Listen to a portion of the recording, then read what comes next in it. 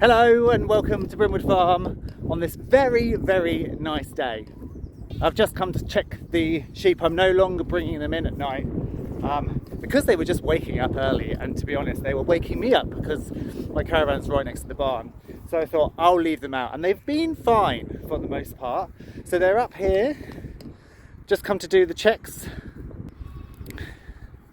make sure everybody's all right.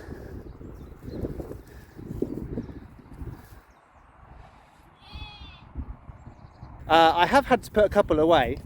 Missy and Lola managed to work out how to get through the hedge into the next field where the rams are, and they started teaching other sheep how to do it. So they've had to go into solitary confinement today. Jock, down, come or sit, come here.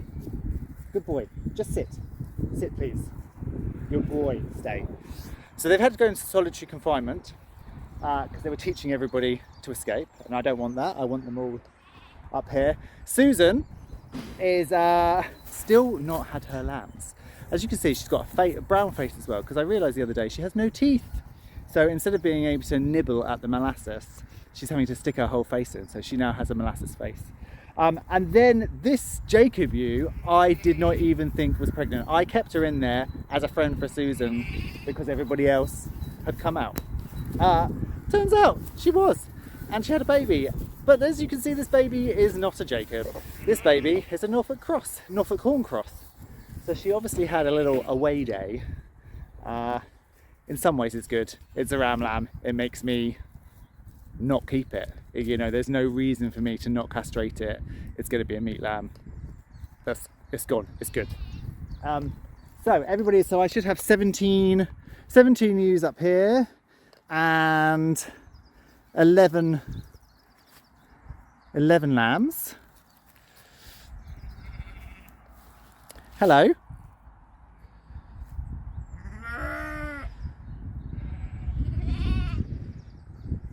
Tracy did lamb. She had twins. Her ram lamb was blind, and I was bottle feeding them, and he just died after 2 days. I think there was something maybe a little bit more wrong with him. Her ewe lamb has been sold with another orphan lamb that I had, just because again Tracy didn't have any milk, she didn't want them. And I guess this is the difference between keeping older sheep and maybe running not a commercial flock, because I keep sheep like Tracy and Susan around when actually, you know, I was running a commercial flock, they'd be gone. Missy and Lola always breaking out, always leading other sheep astray, more trouble than they're worth really. Again, I'd get rid of them. So I guess that's the complication of having a flock of sheep that I breed for rare breed purposes and for some meat, but not on a commercial basis. It's a bit more tricky, because any sheep that would do me no favours, you know, had no teeth, constantly escaping, always lame, always a bad mum, you just cull them, you just get rid of them from your flock. Whereas here, maybe I've made a rod for my own back by keeping them around. But everybody's doing really, really well. So there's some stonking lambs. Let's see if we can find a few of them. They're kind of all in the hedgerows. Jock, can you get down? Obviously Jock wants to go and... Jock, just sit, please. That's your stick. Lovely. Jock wants to round everybody up. I also have to keep an eye out for Beetle. She's having a poo. But she is now completely deaf, and so I forget that if I'm not constantly watching her, she will walk off and get lost. I think she's got a little bit of senility as well. So counting sheep, making sure this dog doesn't go crazy, keeping an eye on Beetle so she doesn't get lost, and Bo is fairly good. Well, until she goes and eats sheep or chicken food. That goes through her rather quickly, and then you get explosions in the middle of the night. So actually, I have to have an eye on every single dog and an eye on the sheep.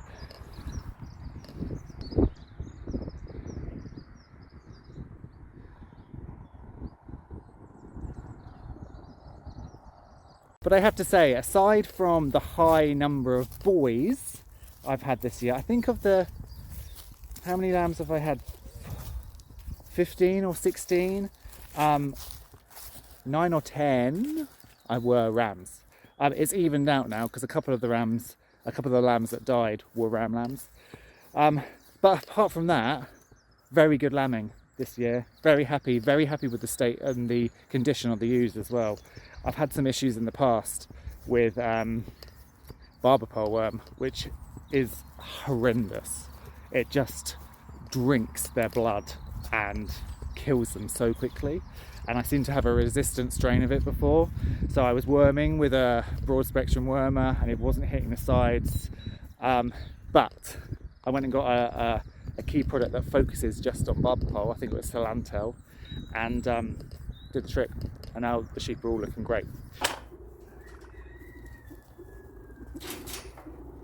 That was a rat.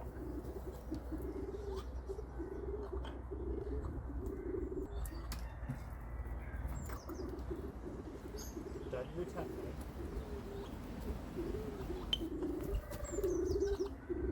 So it's April and we have finally got the first pheasant eggs. I've had 2 from the Reeves.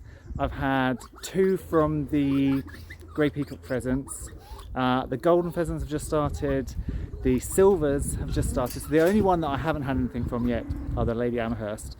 I put the first ones in the incubator, so I'm hoping, I think I did it yesterday or the day before, so I need to check in 3 or 4 days to see if they're fertile. But that's really cool. The pheasant season has finally kicked off. It's funny, regardless of weather, with chickens, with quail, etc., they kind of will lay depending on the weather. Regardless of weather, pheasants always start at the beginning of April.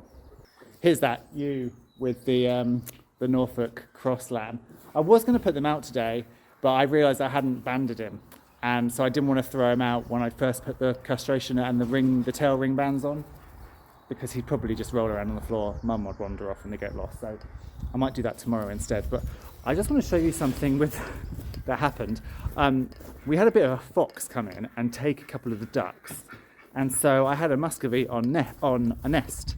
I said, well, I don't want to leave her out in that case. I'll try and transfer her. She was super broody. Thought I'll transfer her into a hutch. I'll move her eggs in and we'll see if we can get her to brood. Well, she wouldn't brood at all. I left her in there for a couple of days. She bloody died. You couldn't write it. She died. So I could have left her out on the nest and the fox could have eaten her. I put her into safety and she dies, maybe of stress. Animals. Just, you couldn't write it, could you? So I'm letting the muscovies out in the day and then I'm shutting them away at night. So they're ferreting around over here.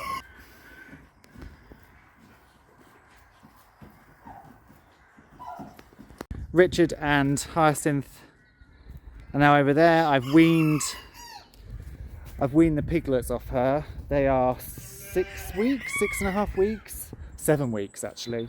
And I noticed in the last week, she just started dropping weight like anybody's business. I think they were just suckling on her so much. And also I was feeding them and she just stand back and let the babies feed. So not only were they suckling off her, they were eating all of her food. So I decided, let's take her out. The babies are fine, they haven't cared, she hasn't cared. So that means that I can keep condition on her and it's not then such a big issue to build her back up. So if we can see the piglets. Piggly wigglies! Piglies! Where are you? Hello? Hi! Gonna come and say hello? Piggoos! Come on! Hi! Hi!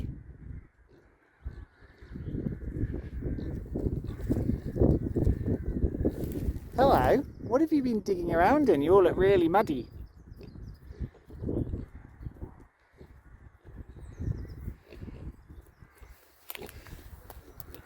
So these are the 7 that Hyacinth had.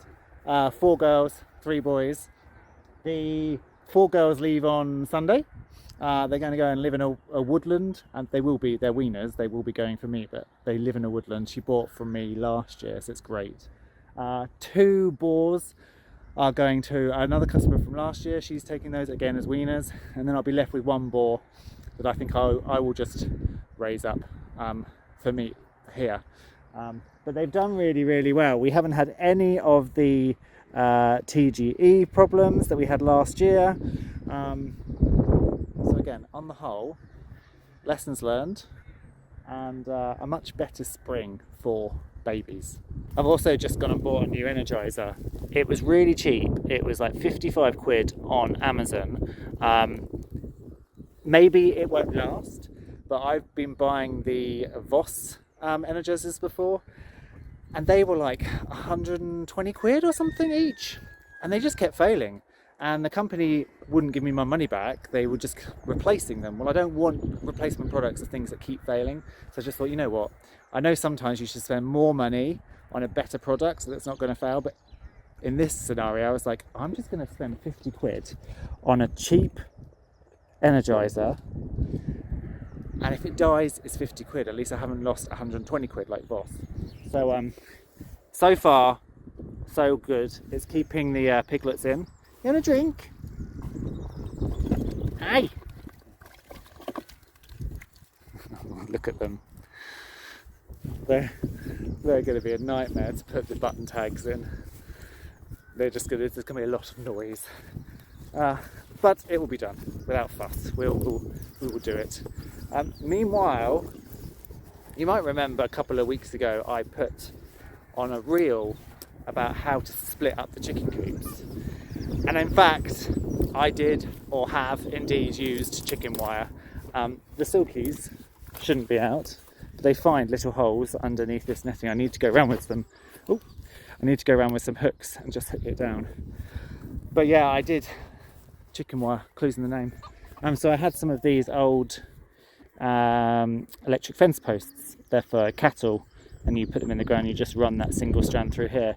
So I kind of made a circumference of netting for the Ixworths. The silkies have the whole lot. I've done the same for the Morans, but the Norfolks, but on a smaller scale. You can see they've already scratched out their grass, but at least this is a fairly movable structure, so I can just move it. And also there's two doors, there's a front door and a back door.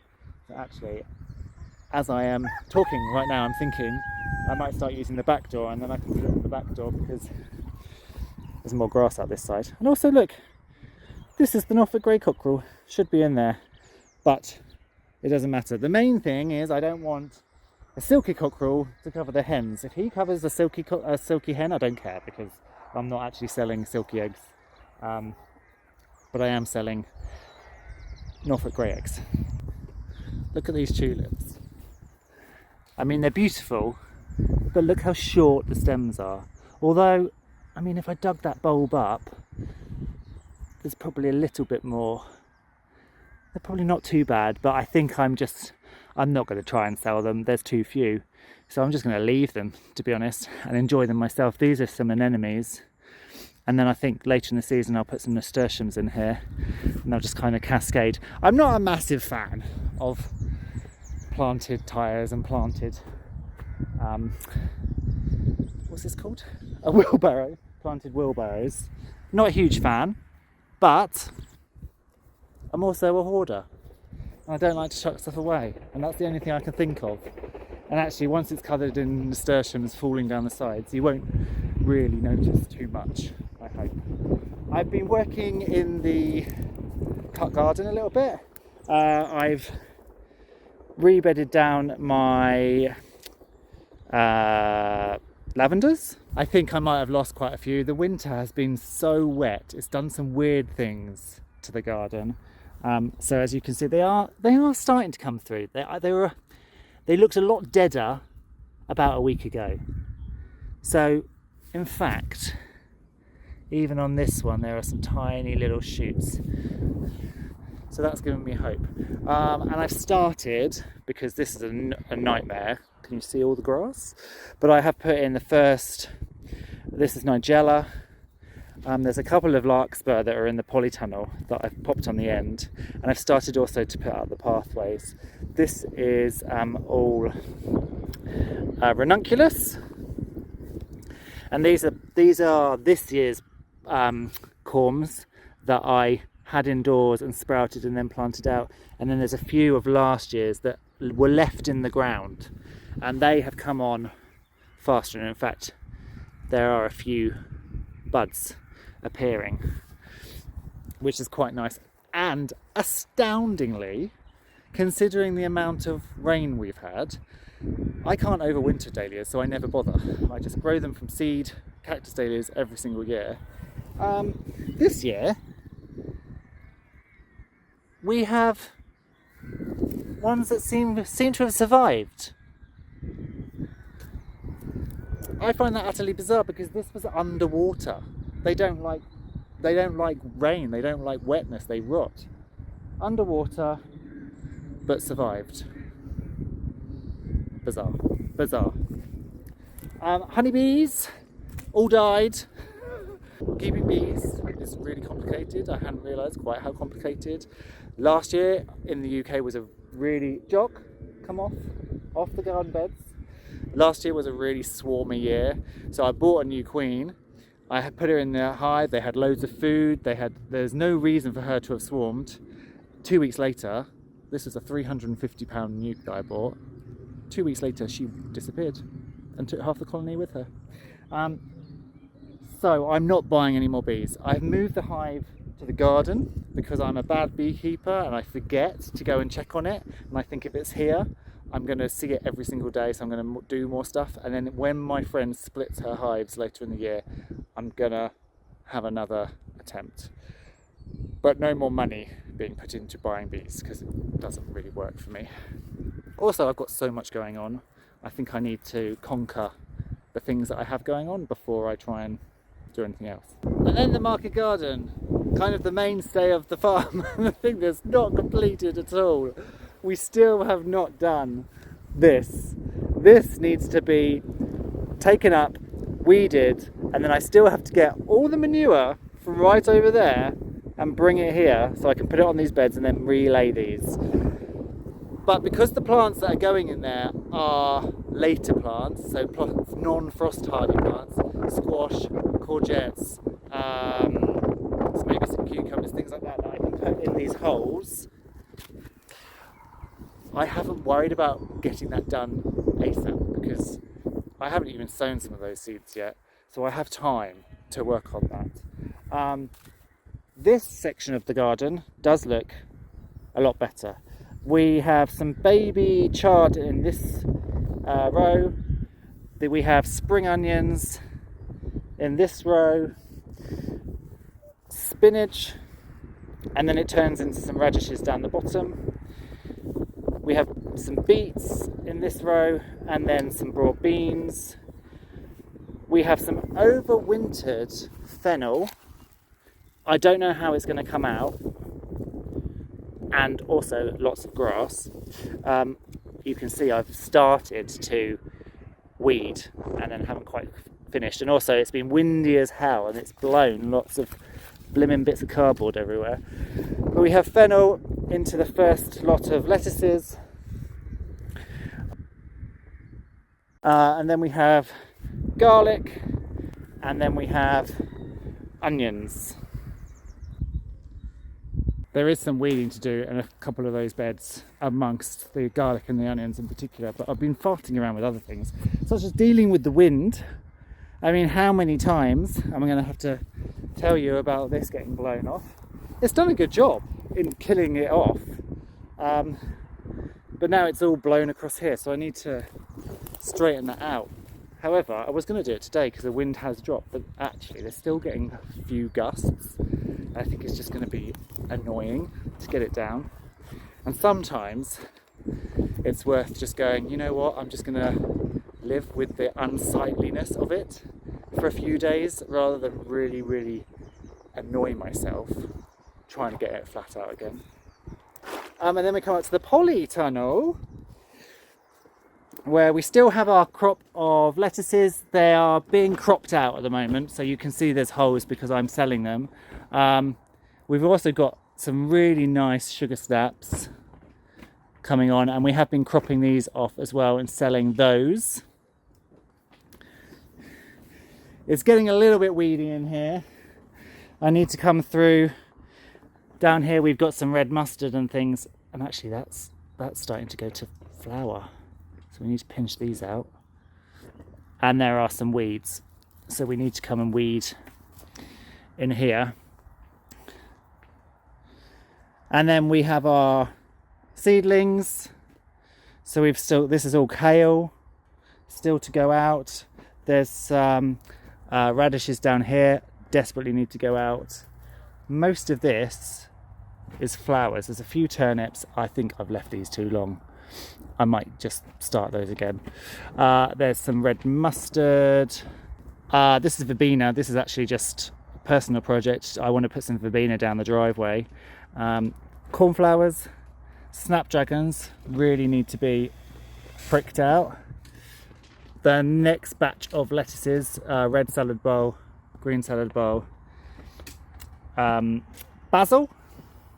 And actually this was supposed to be basil, sown at the same time. That's a thistle. Hasn't come up. This one, which one is this? Basil. And I don't know because it says basil and then it's rubbed off. What's this one? Basil. This is basil sweet. So this is basil thyme or lemon. Basil lemon. Not come up yet. And then in the house I have sweet peppers and some aubergines.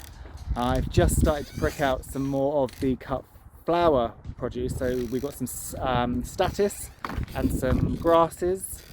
And then literally yesterday I just pricked out these, and there's some cosmos, some carthamus, and a few of the very first that I've ever grown globe amaranth. So I'm really excited to see how these do. What do you want? You want your bully? Here, ready? And as I say, I'm just going to live with this because it's going to really annoy me putting it out. I also need to fix my system, my irrigation system. Oh, bugger.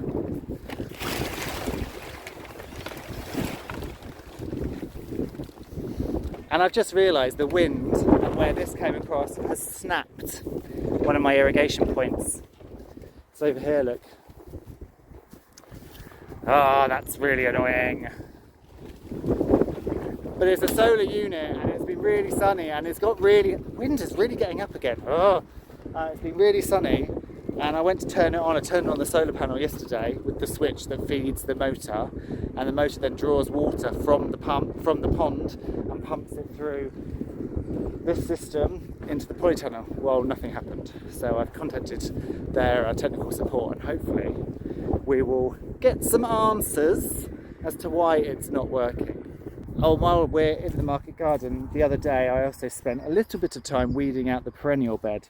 The perennial bed is mostly now Achillea. I've got some Verbena Bampton here, and actually this is an older plant, as you can see. It's kind of a bit over it, and there's an ant nest in there, but it's self-sown, so I've got some more, so that's great. This is a Gaura.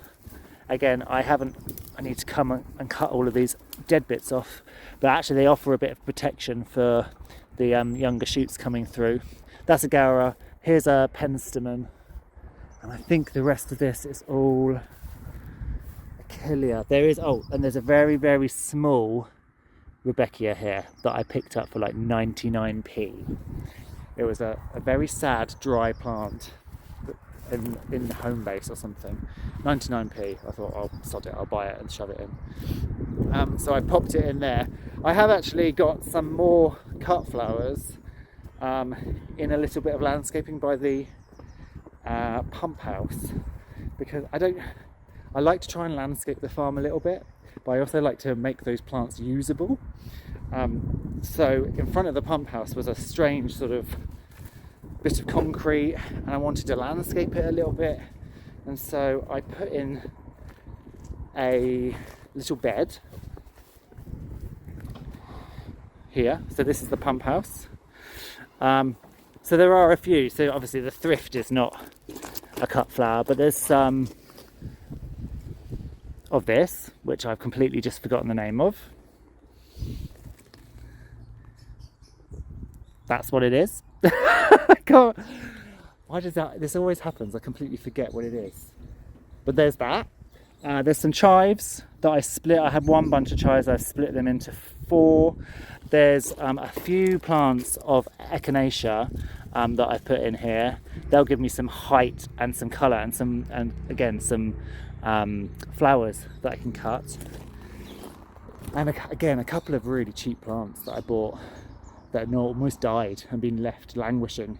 So some really nice euphorbia. I love this euphorbia because it's got the really dark leaves and then these really bright, luminous lime green flowers. This I think is a weed, but I left it in because it gave me some height. Some sweet williams that are self-seeded, I think, from last year. Again, I left them in. This is a flowering currant which has been pushed over because the pine tree really needs a bigger pot and it keeps falling over and pushing this over as a result. And then there's a bit of this is a type of mint which again I have forgotten. Let me smell it. No, can't even smell what it is, but that's a mint. Oh, and how handy is this? I've left a label. GM. That's what these are. GMs. So obvious, but just so much going on, I forget. So life at the moment is lots of little bits. There's a little bit of animal care every day. It's a little bit of gardening every day. It's a little bit of infrastructure or repair work because of the storm, or improving where the animals are living, or researching what I'm going to grow, sowing seeds. But tiny little steps, and they're all adding up, I think. And it's all coming together. I've also got 900 trees that need to go in. We remember that I have put in the walnut parade. I've also sown a little copse of silver birch,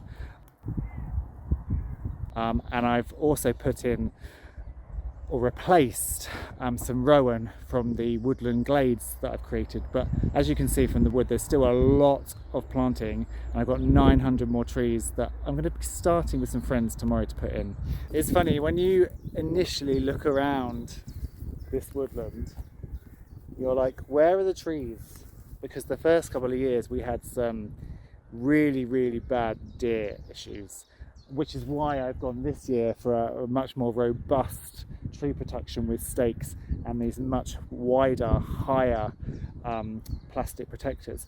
But actually, if you look down nearer the ground where trees were, you can see actually there are little trees. I mean, look, the ants have made a nest in here. And this is why I don't particularly like using these, because over time they perish. And look, you get bits of plastic, and then look here, bits of plastic where trees have failed, and you just get bits of surround. So you have to come down often and pick all of these little bits up, and it's frustrating because you're trying to create nature, but you have to use plastic to protect it.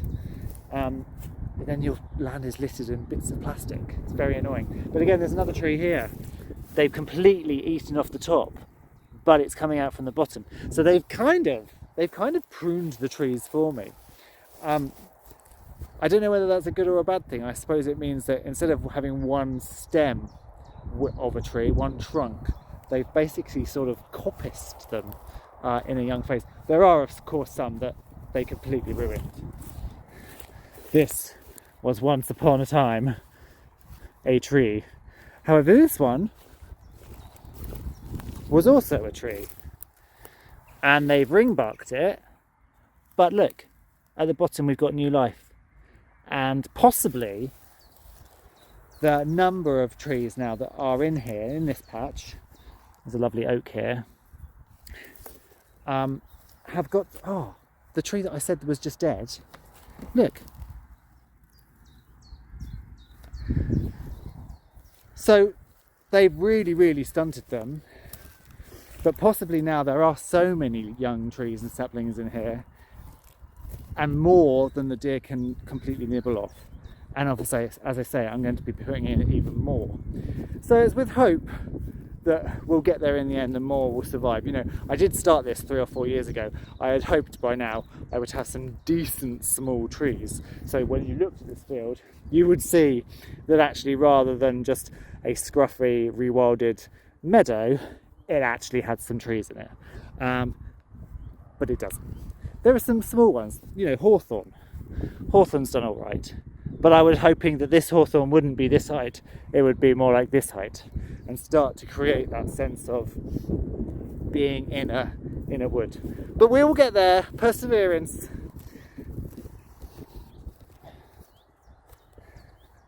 And I'm not going anywhere. So I've got the rest of my life to plant trees and moan about how the deer have eaten them, and then go and plant some more.